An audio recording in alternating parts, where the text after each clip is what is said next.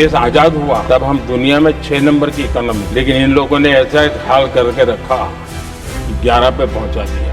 आज हम 3 पर जाने की दिशा में तेज गति से। You are not giving me permission. It is my right. It is my right.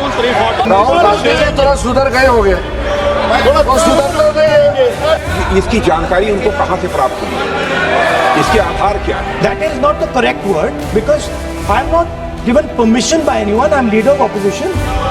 So I am just objecting to that. तो सोचा राहुल गांधी जी थोड़ा सुधर गए हो गए, थोड़ा सुधर गए। सेम चीज भी रिपीट कर रहे हैं, तो रूलिंग हो चुके हैं। संसद के गलियारों में आज सिर्फ बहस नहीं थी, आज टकराव था दो राजनीतिक भाषाओं का, एक जो प्रतीकों से वार करती है और दूसरी जो सत्ता और फैसलों से जवाब देती है। कांग्रेस और राहुल गांधी एक बार फिर यह मान बैठे कि मोदी को समझ लिया गया है। राहुल संसद में आगे बढ़ते हैं, कुर्सी तक पहुंचने का दृश्य, हाथ में किताब, लेकिन किताब बहाना है, असल निशाना मोदी है। 3 दिनों से एक शब्द गूंज रहा है, सरेंडर।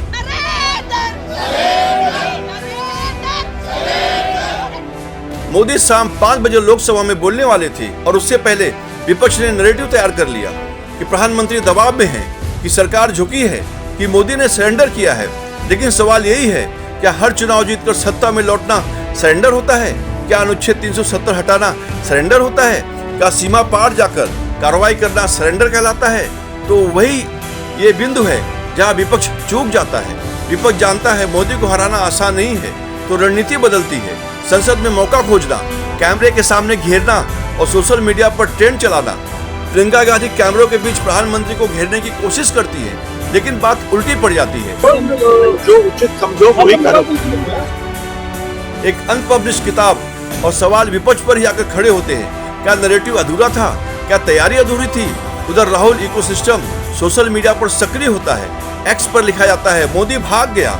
मकर द्वार पर हंसी मजाक के बीच नरेंद्र सरेंडर के तंज कसे जाते हैं। लेकिन राजनीति में तंज तभी चलता है जब जमीन पर उसका वजन होता है, और यही मोदी की राजनीति अलग दिखाई देती है।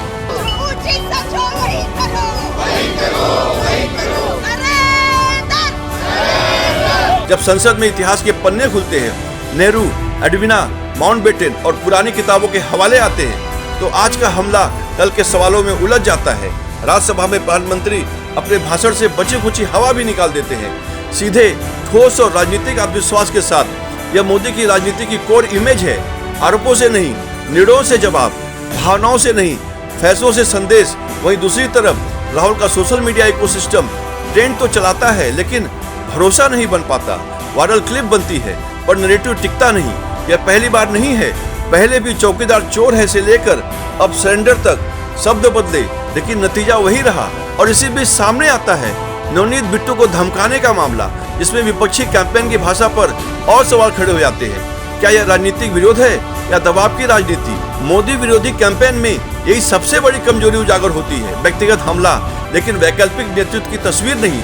नारे बहुत, लेकिन रोड मैप गायब। नरेंद्र मोदी जी का जो इमेज का गुब्बारा है, जो हजारों करोड़ रुपए लेकर बनाया गया। आज संसद से लेकर सोशल मीडिया तक एक बात साफ है, मोदी को सरेंडर कहने वाला नैरेटिव बार बार खुद सरेंडर करता दिखता है।